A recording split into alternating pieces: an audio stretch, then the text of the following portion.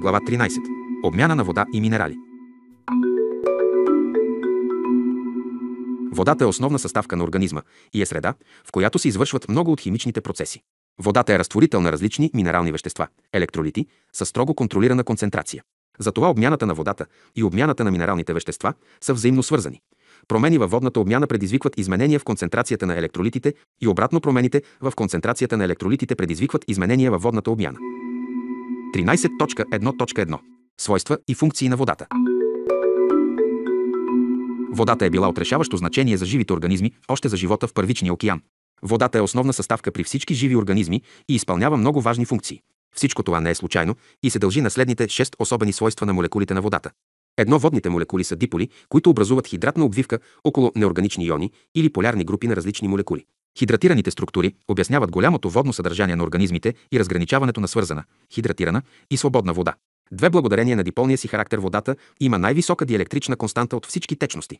Диелектричната константа на даден материал показва колко добре той може да съхранява електрически заряд. Тази най-висока диелектрична константа на водата улеснява много дисоциацията на разтворените в водата електролити и е от значение за осмотичното равновесие. По същата причина водата е отличен разтворител на полярни неионни вещества, като захари, алкохоли, алдехиди, кетони. Като добър разтворител водата изпълнява транспортна функция. Богатата мрежа от кръвоносни и лимфни съдове представлява своеобразен воден път от храносмилателната система до тъканите и от тъканите до екскреторните органи. 4. Високото повърхностно напрежение на водата е причина за така наречените капилярни сили, които са от значение за движението на кръвта в капилярите и за разгъването на белодробните алвеоли. 5. Водата има висок топлинен капацитет, висока топлина на изпарение и е най-добър проводник на топлината след металите, което прави водата незаменимо средство за терморегулация. Водата поглъща голямо количество топлина от органи с интензивна обмяна и топлината се отделя от организма чрез изпарение или екскретите. Така повишаването на температурата в някои тъкани остава в тесни граници и се избягват локални прегрявания. Например, температурата на черния дроб е с около 1-2 градуса по-висока от телесната температура. 6. Водата участва активно и в химични процеси. Например, лиазните реакции, катализирани от класът хидратазни ензими. Цялото храносмилане се извършва с участие на вода и същността на храносмилането се състои от хидролизно разграждане на хранителните вещества. При аеробните окислителни реакции водата е краен продукт, дихателна верига, хидроксилазни реакции. 13.1.2. Обмяна на водата. Общото количество вода в организма зависи от възрастта. При кърмачетата водното съдържание е между 70 и 85%, а при възрастните водното съдържание е между 50 и 60%. От тези данни се прави общобиологичният извод за остаряването като прогресиращо обезводняване. Дневната потребност от вода зависи от интензивността на обменните процеси, от храната, физическата активност, концентриращата способност на бъбреците, околната температура и процесите на растеж. Средните стойности на водна потребност при възрастен са между 30 и 45 мл вода на килограм за 24 часа. При кърмачетата дневната норма е по-висока до към 100 мл вода на килограм за 24 часа, защото кърмачетата имат по-интензивна обмяна, усилен растеж, относително по-голям прием на храна и недостатъчна концентрираща способност на бъбреците. Източници на вода са храната, течностите и образуваната при окислителните процеси вода. При разграждането на мазнини, които са силно хидрогенирани, се получава 2 пъти повече вода, отколкото при въглехидрати и белтъци. Водата, приета с храната, се усвоява в червата. Освен това там, в червата се секретира вода в състава на храносмилателните сокове, но тази вода се усвоява обратно по-надолу в дебелото черво. Чрез изпражненията се отделя само малка част от водата. Водата се отделя от организма главно като урина, чрез изпарение, белите дробове и кожата, пот и изпражнения.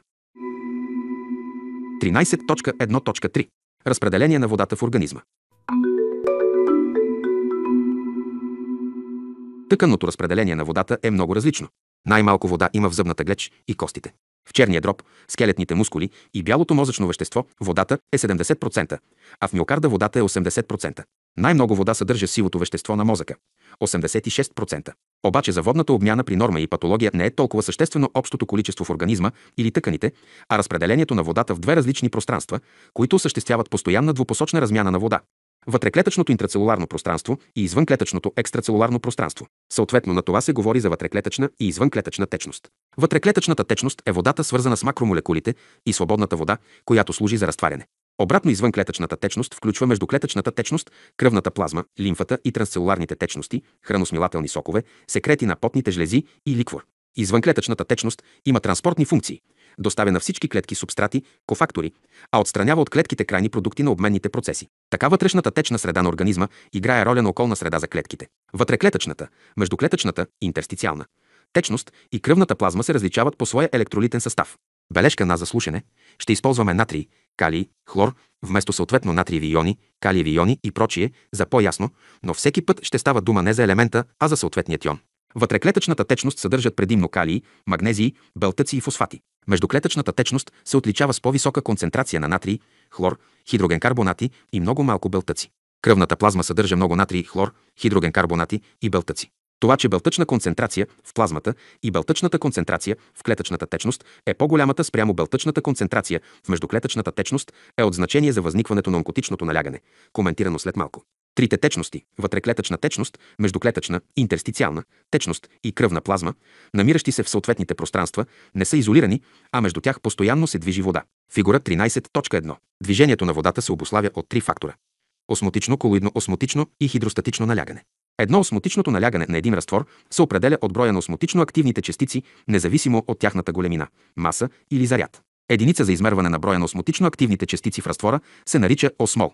Осмолът се измерва чрез величините за концентрацията на осмотично активните частици в разтвор осмоларитет с Л, осмоларитет с Р или осмоларност. Осмолалитет с Л измерва броя на осмотично активните частици на маса килограм разтворител и не се влияе от температурни промени. Осмоларитет с Р измерва броя на осмотично активните частици на обем литър разтвор и може да варира с температурни промени и промени в обема на разтвора. Осмоларност измерва броя на осмотично активните частици в мол разтвор. Промени в концентрацията на електролити или на електролити се последва от движение на вода винаги от пространство с по-ниско осмотично налягане към пространство с по-високо осмотично налягане. Осмотичното налягане се повлиява особено от присъствието на натрий. Затова движението на натриевите иони се следва от движението на водата. Двеколоидно-осмотичното, онкотично, налягане възниква, когато от една страна на полупропусклива мембрана, като капилярна или клетъчна стена, има непреминаваща през мембраната, недифундираща белтъчна макромолекула. Това води до неравномерно разпределение на електролити от двете страни на мембраната. Ефектът на Донан. От страната на недифундиращия белтък общият брой ионизирани частици е по-голям и осмотичното налягане е по-високо. Затова същата страна, където е недифундиращият белтък, има водопривличащо действие. Хидростатичното налягане се обуславя от натиска на кръвта върху стените на кръвните капиляри. В резултат на натискът от хидростатичното налягане разтворените нискомолекулни вещества, като глюкоза, аминокиселини, електролити и други, се филтрират и преминават през капилярите. Белтъците не се филтрират, а остават, защото са по-големи макромолекули. Движение на вода между кръвната плазма и интерстициалната течност. В артериалната част на капилярите чрез хидростатичното налягане се осъществява постоянен ток на вода към междуклетъчното пространство, транспортиращ към тъканите различни субстрати и електролити. Във венозната част на капилярите, където хидростатичното налягане е значително намалено, възниква обратно движение, което движение изнася с водата разтворените в нея крайни продукти от обмяната, като урея и лактат от интерстициалното пространство към кръвта. Причината за този обратен ток от интерстициалното пространство към кръвта е колоидно-осмотичното налягане на белтъците в кръвната плазма. Така се осъществява баланс на вода в междуклетъчното пространство от двата противоположни процеса. Движение на вода между интерстициалната и вътреклетъчната течност. Това движение на вода между интерстициалната и вътреклетъчната течност се осъществява през клетъчната мембрана, която клетъчна мембрана пропуска вода, глюкоза, урея и други, но силно ограничава движението на натрий и калий.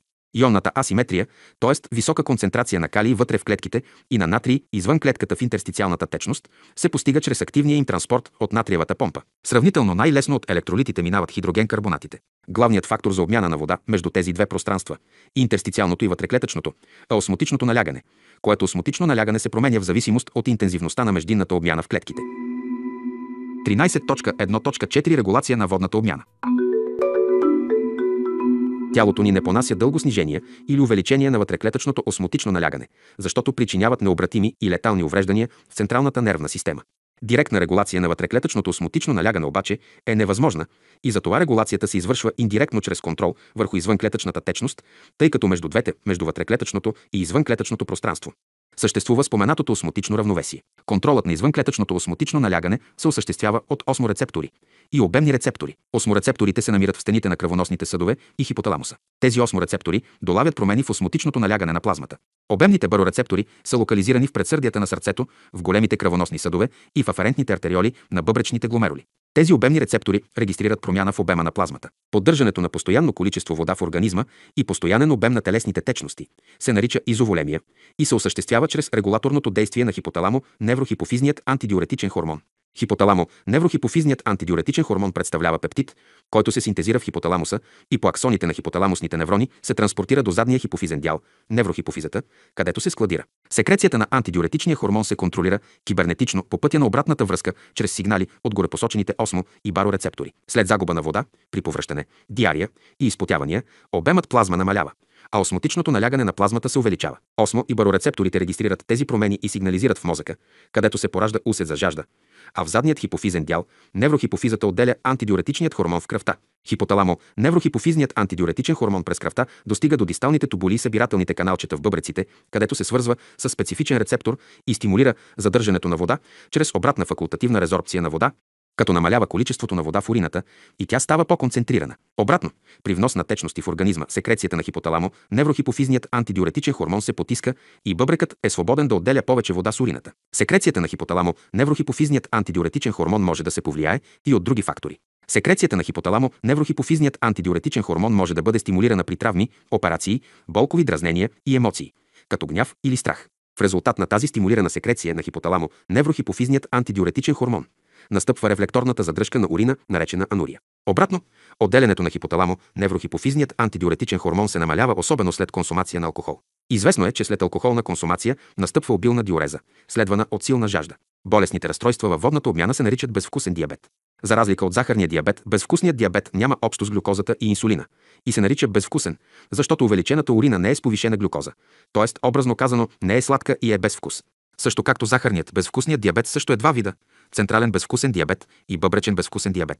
При централният безвкусен диабет не се отделя достатъчно количество от хипоталамо-неврохипофизният антидиуретичен хормон, а при бъбречният безвкусен диабет в бъбрека има дефект с рецептор за този антидиуретичен хормон. В резултат и при двата вида безвкусен диабет настъпва много повишена диуреза от между 10 и 15 литра урина за 24 часа. 13.2. Обмяна на минералните вещества. В зависимост от дневната нужда необходимите минерални вещества се разделят на две групи. Тези минерални вещества, които трябва да се внасят в грамови количества, се наричат макроелементи. Някои от тези макроелементи, като електролитите, натрий, калий и хлор, поддържат осмотичното налягане, а други, калций, фосфор и магнезий, изграждат костите и зъбите. Онези минерални вещества, чиято дневна нужда е в рамките на милиграми, микрограми или още по-малки количества, се наричат микроелементи. Такива микроелементи са мед, цинк, йод, флуор и други. 13.2.1. Макроелементи. Натрий. Натрият се приема като натриев хлорид с храната и дневната нужда от натрий е 4 грама на ден при възрастни без данни за високо кръвно налягане, фамилна хипертония. При индивиди със семейна предразположеност към високото кръвно налягане, хипертония, количеството натрий може да се ограничи до 1 грам на ден. Бележка на редактора. Трябва да се каже, че цитираните дневни препоръчителни ниски количества на сол може и в крайна сметка да се окажат твърде занижени, а ограничаването на приема на сол и натрий е все по-спорен въпрос. Според нарастващ брой автори недостигът на натрий е значително по-вреден, включително и за сърдечно-съдовата система, в сравнение с прекомерният прием на сол и натрий, тъй като при нормално работещи бъбреци, дори да се приеме повече натрий, този натрий без проблем се изхвърля с урината, докато при недостиг на натрий в тялото няма депо на натрий, от което той да се набави. Обратното е с захарта, която в природата е кът, и съответно човешкото тяло е така устроено, че при редкостта от намиране в природата на нещо сладко, било то диви плодове или пчелен мед, той да изконсумира всичко накуп без лимит и без да му стане твърде сладко, защото после едва ли ще намери още диви плодове и втори меден кошер. И съответно човешкото тяло няма добре развити механизми да контролира прекомерният прием на сладко чрез вкуса. Тоест на човек трудно му става твърде сладко, за да спре да яде захар. За разлика от захарта обаче натрият под формата на сол е винаги бил лесно достъпен и се приема, че човешкото тяло има развити вътрешни механизми за контрол на приема на натрий чрез апетита. Така на човек много бързо може да му стане твърде солено, ако пресоли манджата, и обратното е възможно при човек, стига да е с нормална бъбречна функция. Ако ястията му се струват безсолни, тялото му наистина да има нужда от повече натрий. В такъв случай не би било добре човек фанатично да ограничава приема на сол, заради стари препоръчителни таблици от медицинският фолклор на 20 век. Усвояването на натрий става в червата по два начина. Първият е чрез белтък общ натриев преносител, чиято синтеза се активира от алдостерон, а вторият е чрез общ с глюкозата преносител. Присъствието на глюкоза в чревния лумен ускорява усвояването на натрий. Това е причина за корекция на натрий и водни загуби при диарии и особено при холера чрез перорално приемане на разтвори, съдържащи глюкоза и натриев хлорид. Холерният токсин, чрез сложен механизъм, индиректно инхибира натриевия преносител в червата и усилва секрецията на хлориди и хидроген карбонати в лумена. Увеличеното количество електролити в лумена причинява осмотично ангажиране на вода, което води до тежки диарии. Холерният токсин не засяга общия преносител за натрий и глюкоза. Задържаното в организма количество натрий се разпределя около 1/3 в костите като трудно ионизиращи се съединения, но максималното му количество е в извънклетъчната течност. Натрият се изхвърля чрез урината и пота. Значението на натрия се състои на първо място в поддържане на осмотичното налягане на извънклетъчната течност, защото натрият е най-важният катион на извънклетъчната течност. С това си свойство натрият поддържа постоянният обем на кръвта – изоволемия. От тук проистича огромното значение на натрия за дейността на сърцето и бъбреците. В кръвта натриев хлорид и калиев хлорид поддържат глобулините в разтворено състояние и регулират хидратацията на кръвните белтъци. Натрият участва в изграждането на хрущялната и костната тъкан. Задържането на натрия в организма се извършва чрез регулиращото действие на надбъбречно-коровият хормон алдостерон. Алдостеронът е минерал-кортикоид, секретиран от кората на надбъбреците в кръвта. Чрез кръвта достига до бъбрека, където този надбъбречно-коров хормон алдостерон стимулира задръжката на натрий в организма чрез обратната резорбция на натрий в дисталния тубул на нефрона. При този процес на обратна резорбция натрий се разменя с калий и калият се екскретира в урината. Надбъбречно-коровият хормон алдостерон увеличава натрият в тялото и, като активира реабсорбцията на натрия и от лумена на чревната лигавица, слюнчените и потните жлези. Регулацията на секреция на надбъбречно-коровият хормон алдостерон се осъществява кибернетично, чрез обратната връзка на сложната ренална пресорна система в бъбрека, поизвестна като ренин-ангиотензин-алдостероновата система. Фигура 13.2. Началното звено на реналната пресорна система са така наречените юкстагломерулни бъбречни клетки. Тези юкстагломерулни бъбречни клетки са обемни рецептори в стената на приводящата артериола при влизането й в гломерула. При кръвозагуба, загуба на вода, загуба на натрий и загуба на хлориди намалява обемът на извънклетъчната течност и намалява налягането в приводящата артериола. Това намалено налягане и обем са сигнал за юкстагломерулните клетки и да секретират протеолитичния бъбречен ензим ренин в кръвта. В кръвта протеолитичният бъбречен ензим ренин катализира намиращият се в кръвта чернодробен белтък ангиотензиноген, отцепвайки от него декапептида ангиотензин 1. Ангиотензин 1 от своя страна пътува през кръвта до артериолите на белия дроб. В ендотела на белодробните капиляри се намира ангиотензин, конвертиращият ензим АЦЕ. Ангиотензин, конвертиращият ензим АЦЕ, отрязва два аминокиселинни остатъка и превръща ангиотензин 1 в октапептида ангиотензин 2. Този ангиотензин 2 пътува през кръвта до кората на надбъбречната жлеза, където стимулира секрецията на надбъбречно-коровият хормон алдостерон. Бъбреците и други тъкани съдържат ензима ангиотензин аза, който разгражда ангиотензин 2. Освен това, ангиотензин 2 се нарича още и вазопресин, защото е един от най-мощните вазоконстрикторни хипертензивни вещества, повишаващи кръвното налягане. Например, вазопресиновият ангиотензин 2 е 2 пъти по-активен вазоконстриктор от норадреналина. Докато хипоталамо-неврохипофизният антидиуретичен хормон задържа вода, а надбъбречно-коровият алдостерон задържа натрий в тялото. Освен това, от предсърдията на миокарда се секретира един натриуретичен и диуретичен хормон, наречен предсърден натриуретичен пептид, АНП. Предсърдният натриуретичен пептид, АНП, увеличава отделянето на натрий и вода чрез урината. И с това предсърдният натриуретичен пептид, АНП, е антагонист на хипоталамо-неврохипофизният антидиуретичен хормон и антагонист на надбъбречно-коровият алдостерон. В предсърдията на миокарда има специални рецептори, които регистрират увеличения обем и повишената концентрация на натрий в кръвта, което е сигнал в хипоталамуса. Хипоталамуса по индиректни механизми стимулира предсърдията към секреция на предсърдният натриуретичен пептид, АНП. Явно, че общата регулация на количеството вода и натрий в организма се постига чрез сложно координирано действие на хипоталамус, хипофиза, надбъбреци, бъбреци и предсърдия чрез посочените три хормона.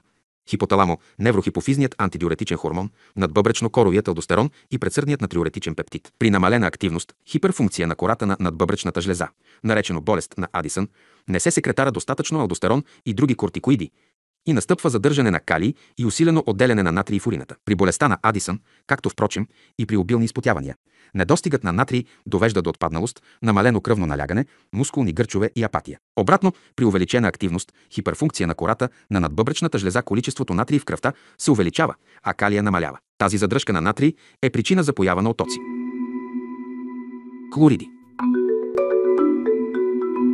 Хлоридите се приемат с храната като натриев хлорид. Усвояването им става в червата, като се разменят с хидроген карбонати, което води до алкализиране на чревния сок.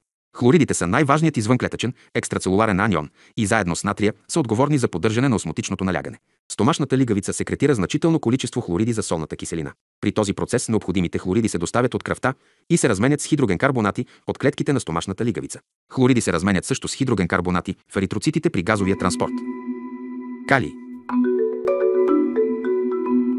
Дневната нужда от калий е около 4 г.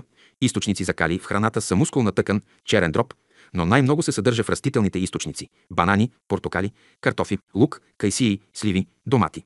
Отделянето на калий се извършва в бъбреците чрез размяна с натрий. Калият е най-важният вътреклетъчен катион, необходим за поддържане на осмотичното налягане. Калият участва в провеждане на нервно-мускулната възбудимост.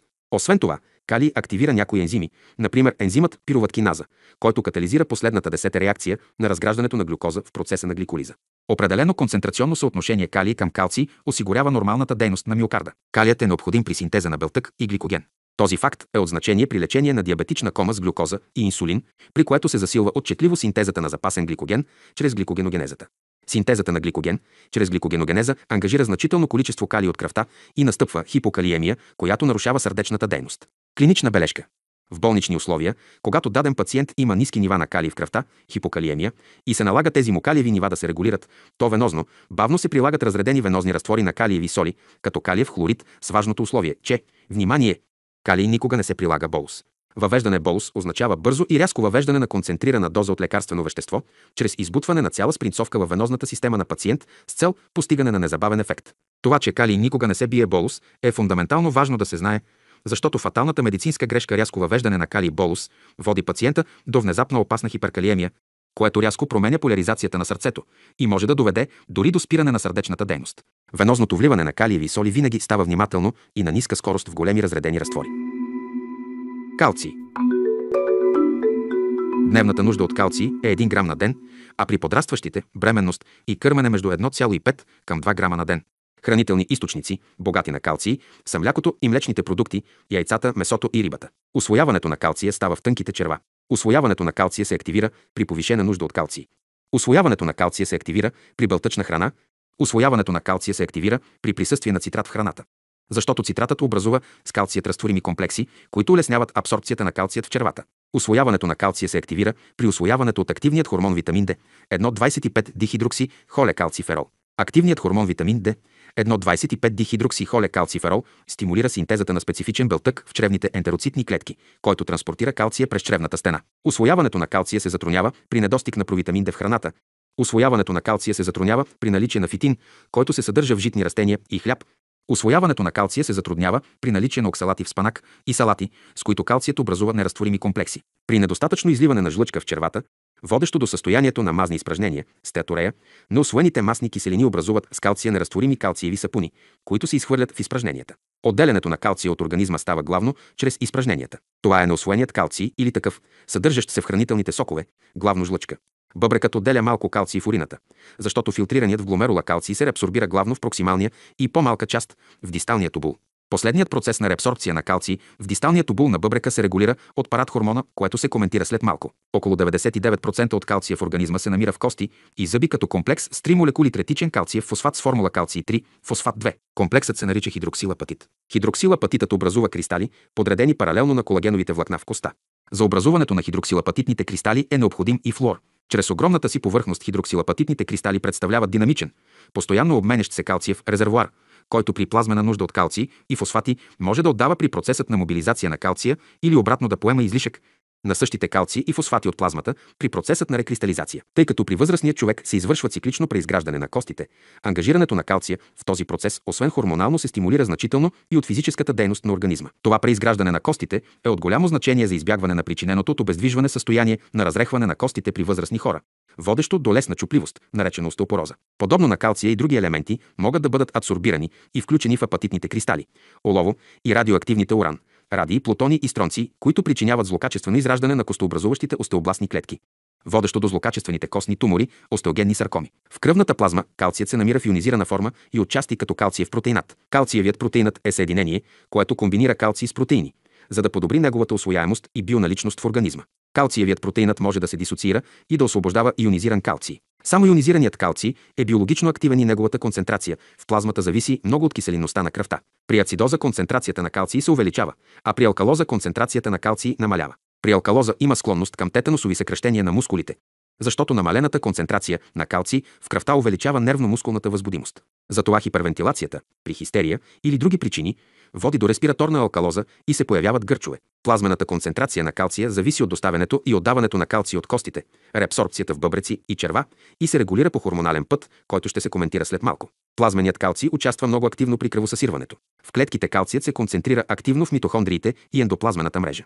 Вътреклетъчният калций участва като хормонен посредник при мускулното съкращение, имунния отговор, регулирането на сърдечната дейност. В клетките калцият образува комплекс с важният белтък калмодулин. Този калмодулин участва в действието на калция в много процеси, като регулиране на мембранния пермеабилитет, функциониране на конексоните и цитоскелетните компоненти, съкращението на гладките мускули, освобождаването на невротрансмитери и модулирането на активността на много ензими, регулиране на калциевият метаболизъм. Калциевата обмяна се регулира от трите хормона – парадхормон, калцитонин и активният витамин D, 1,25-дихидроксихолекалциферол. Парадхормонът от паращитовидните жлези повишава концентрацията на калция в плазмата, защото стимулира обратната му резорбция в дисталния бъбречен тубул и увеличава мобилизацията на калций от костите. Парадхормонът активира и усвояването на калция в червата, но това става индиректно чрез хормона активен витамин D, 1,25-дихидроксихолекалциферол. Парадхормонът стимулира синтезата на активният витамин D, 1,25-дихидроксихолекалциферол от 25-хидроксихолекалциферол в бъбреците, което се обсъжда в глава 16, в точка 16.3.3. Хипофункцията на паращитовидните жлези води до хипокалциемия, тетанични гърчове, дори до смърт от задушаване, асфиксия, вследствие на ларингоспазъм. При хиперфункция на паращитовидните жлези настъпва остеопороза, хиперкалциемия и образуване на пикочни камъни от калциев фосфат, защото калцият се изземва от костите и клетките и се увеличава в кръвта и урината. Хормонът калцитонин се секретира от щитовидната жлеза и е антагонист на парадхормона. Щитовидният калцитонин намалява концентрацията на калция в плазмата, защото калцитонинът активира вкостяването. Хормонът активен витамин D, 1,25-дихидроксихолекалциферол, стимулира усвояването на калция в червата, стимулира реабсорбцията на калций в бъбреците и стимулира отлагането на калций в костите. При недостиг на този активен витамин D, 1,25-дихидроксихолекалциферол, у кърмачетата настъпва болестта рахит, а при недостиг у възрастните и бременните настъпва състоянието на декалцификация на зъби и кости, наречено остеомалация. Фосфор. Дневната нужда от фосфор е 1 грам на ден, а за подрастващи и при бременност е 1,4 грама на ден. Фосфор се съдържа като неорганичен или органичен фосфат във всички хранителни продукти и най-вече в млякото и млечните продукти, яйцата, месото, рибата, картофите и хляба. По отношение на усвояване, отделяне и регулация фосфорната обмяна има много общи моменти с тези на калция. Фосфорът се усвоява от храната и участва в обмяната като неорганичен фосфат. Усвояването на фосфор става в тънките черва и се стимулира от активният витамин D1 25-дихидроксихолекалциферол и парадхормона. А обратно усвояването на фосфор се потиска от алуминий и желязо. За разлика от калция, фосфатите се отделят само чрез бъбреците с урината. Около 85% от фосфатите са ангажирани в изграждането на кости и зъби, а останалото количество фосфати се намира в плазмата и клетките. Костите служат като резервоар, който може да поема или отдава фосфат на плазмата в зависимост от нуждите на организма. В плазмата неорганичните фосфати действат като фосфатна буферна система. С възрастта концентрацията на плазмения неорганичен фосфат намалява за разлика от калция и магнезия. Между плазмените концентрации на фосфат и калций обикновено се наблюдава обратна зависимост. Когато едната намалее, другата се увеличава и обратно. Обаче при хиперпаратиреоидизъм и двете концентрации са повишени, а при рахит – намалени. Други фосфорни съединения в плазмата са фосфолипидите, влизащи в състава на липопротеинните комплекси. В клетките фосфатите са под форма на различни естери – хексозо и триозофосфати, от обмяната на монозахари. Макроергичните аденозин, трифосфат, креатинфосфат и други. Фосфати съдържат фосфолипиди в мембрани, коензимите, нуклеотидите, нуклеиновите киселини и фосфопротеините. Много ензими се фосфорилират обратимо, с което се модулира тяхната активност. Обмяната на фосфатите се регулира от парадхормона и 1,25-дихидроксихолекалциферол. 90% от филтрирания в бъбречните гломерули фосфат се реабсорбира активно в проксималните тубули. Парадхормонът инхибира този процес на активното реабсорбиране на фосфат в проксималните тубули, с което парадхормонът увеличава фосфатите в урината и намалява плазмената концентрация на фосфатите. Хормонът активен витамин D1 25-дихидроксихолекалциферол повишава плазмената концентрация на фосфатите, защото стимулира активната реабсорбция на фосфати в проксималния тубул и така фосфатите се запазват в кръвта, вместо да се изхвърлят с урината. Магнезий. Дневната нужда от магнезий е 3 грама. Дневната нужда от магнезий е по-висока при консумация на храни, богати на калций, белтъци, витамин D3 и алкохол. Източници на магнезий са почти всички хранителни продукти, но най-богати са орехите, бадемите, соята и рибата. Усвояването на магнезий става в тънките черва. След калия, магнезият е вторият по значение вътреклетъчен катион. Заедно с калций и фосфор, магнезият участва в изграждането на кости и зъби. Мускулната тъкан също съдържа значително количество магнезий. Магнезият активира ензимите фосфатази и АТФ зависими кинази.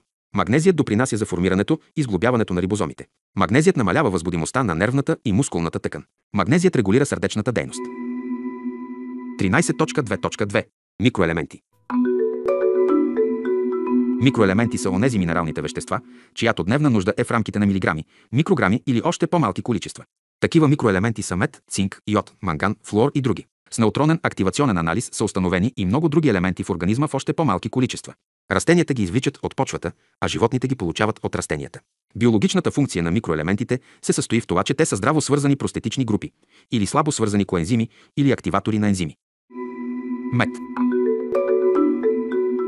Мета се съдържа в месото, яйцата и рибата. В кръвта мета се транспортира чрез белтъка церулоплазмин. Мета е съставка на редица ензими като цитохромоксидаза, моноаминооксидаза, тирозиназа и супероксид дисмутаза.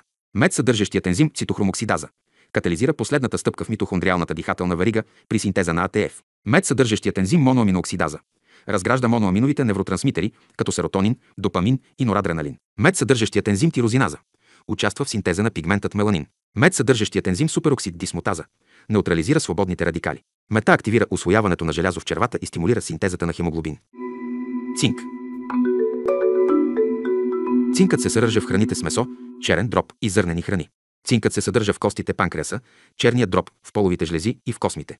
Цинкът се натрупва в съседство на ракови клетки. Цинкът е коензим на ензимите карбоанхидраза, лактадехидрогеназа, РНК полимераза, ДНК полимераза.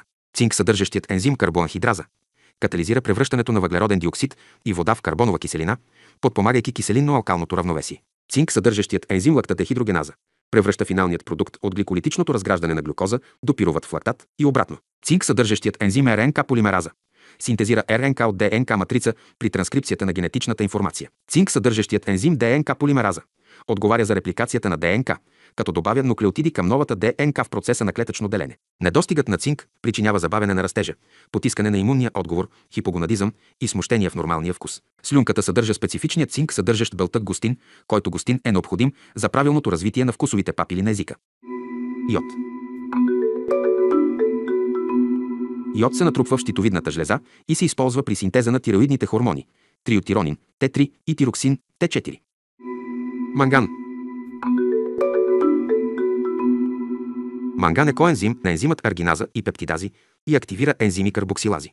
Ензимът аргиназа катализира разграждането на аргинин до орнитин и урея, като участва в урейният цикъл и регулира нивата на азотни съединения в организма.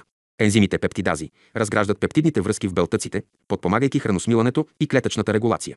Ензимите карбоксилази катализират присъединяването или отстраняването на карбоксилна COOH група от органични съединения.